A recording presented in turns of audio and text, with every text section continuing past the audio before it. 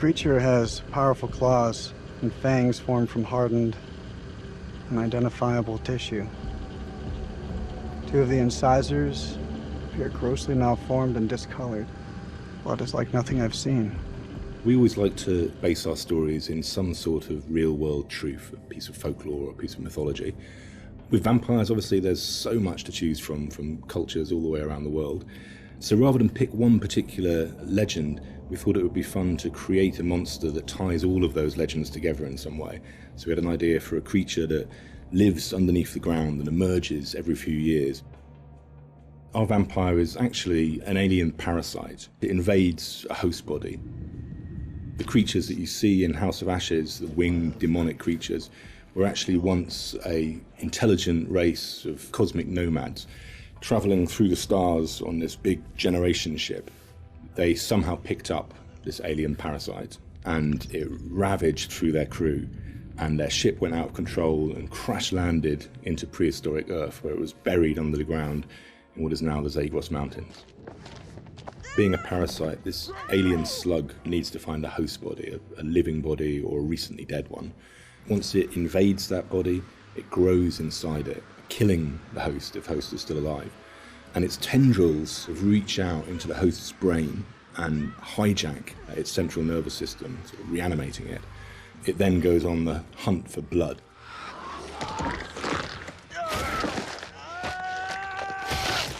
It feeds on the adrenaline in blood.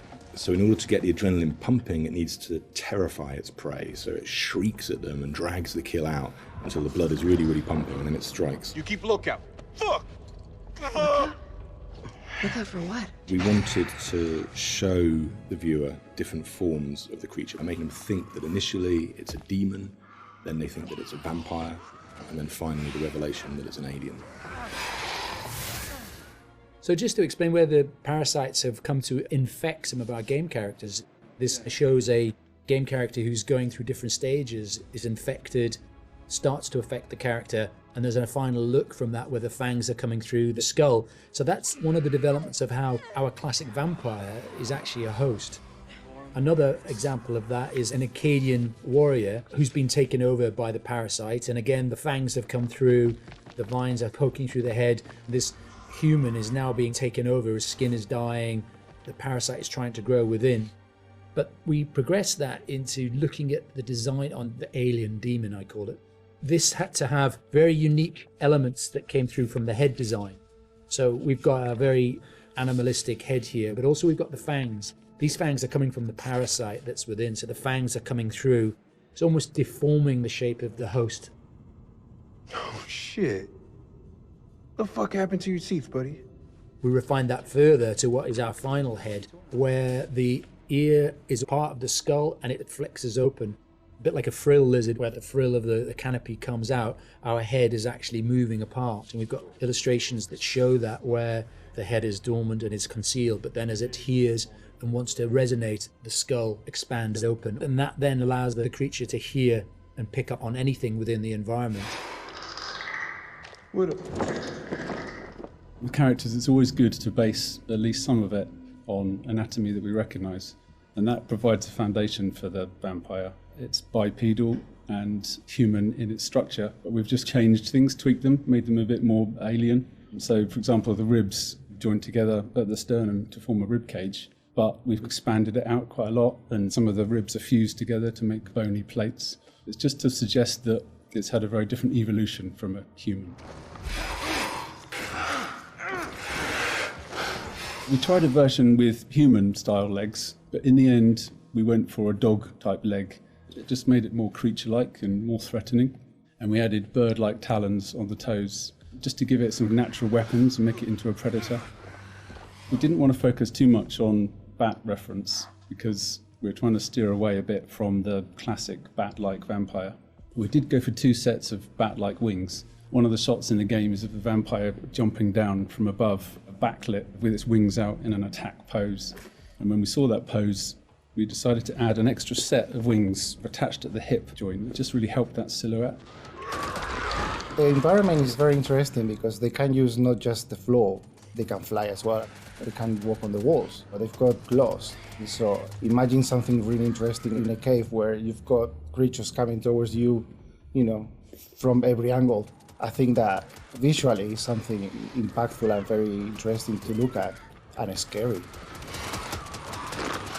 One of the interesting parts is the finding of those nuances and details that really bring the character to life. How does it move? How does it behave and act? We had motion capture, and then we had the more traditional computer animation keyframing. On the motion capture side, there were a variety of different setups that we tested. We had arm extensions, and then we had various different leg stilts that our creature actor used. But what was apparent when filming this was that it really limited his movement. So in the end, we decided not to use any of that, and he just performed himself. Basically, this gave him the freedom to really express that physicality in acting and gesture. They react to sound like bats. They hear you, they hunt you. The vampires have these head plates, these bony kind of gristly structures on their heads that click and vibrate, kind of like a bat's echolocation. They're used to survey environments and to locate prey. We went through a lot of different iterations, and we tried a lot of different things. Like I think I sampled keyboards and mouse clicks, and then used a scooter fender and a wet trainer, and it made this organic, clicky, squeaky sound. And then I had a friend of mine, like in the States, take a taser to a bunch of meat and a bunch of organic material, and it came out a lot more aggressive. It just sounded meaner. I got something for you! And then the biggest thing that we had was this little tiny drum and a rod with fishing line in between it. So when you twisted a rod, it made this clicking and popping sound. So that ended up being one of the main tonal layers for it. But none of them quite fit right. But once we put them all together and layered them all together on top of each other, then it started to actually work as a holistic, organic thing. Something entirely new to House of Ashes, which is a classic horror movie trope, is the vampire point of view shots, which we use a very wide lens, and we use some perspective distortion on those shots, which helps sell the power and hunger of the vampires as they're chasing the soldiers, and it helps make the soldiers feel very small and very weak. And doing so, it also helps us as the player realise that these vampires are inhuman, and that when we're watching what they're doing, they're bouncing off of walls and they're climbing on the ceilings and flying. At any time in the game, the players could be running through an endless maze of tunnels, and we use very tight shots on these with a lot of handheld, a lot of tilt again, to emphasise this claustrophobicness and this tension and not being able to see what's chasing them. And it's in complete contrast then to later on in the game, where we see these grand environments that they uncover, which could be a temple, a city, or things like that, that we have these wide shots that really sit still and just let the players soak in that environment.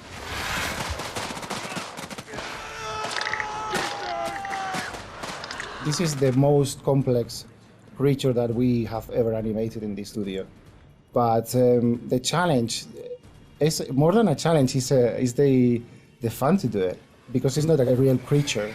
You can push it in a way that you can use your imagination to make it more interesting.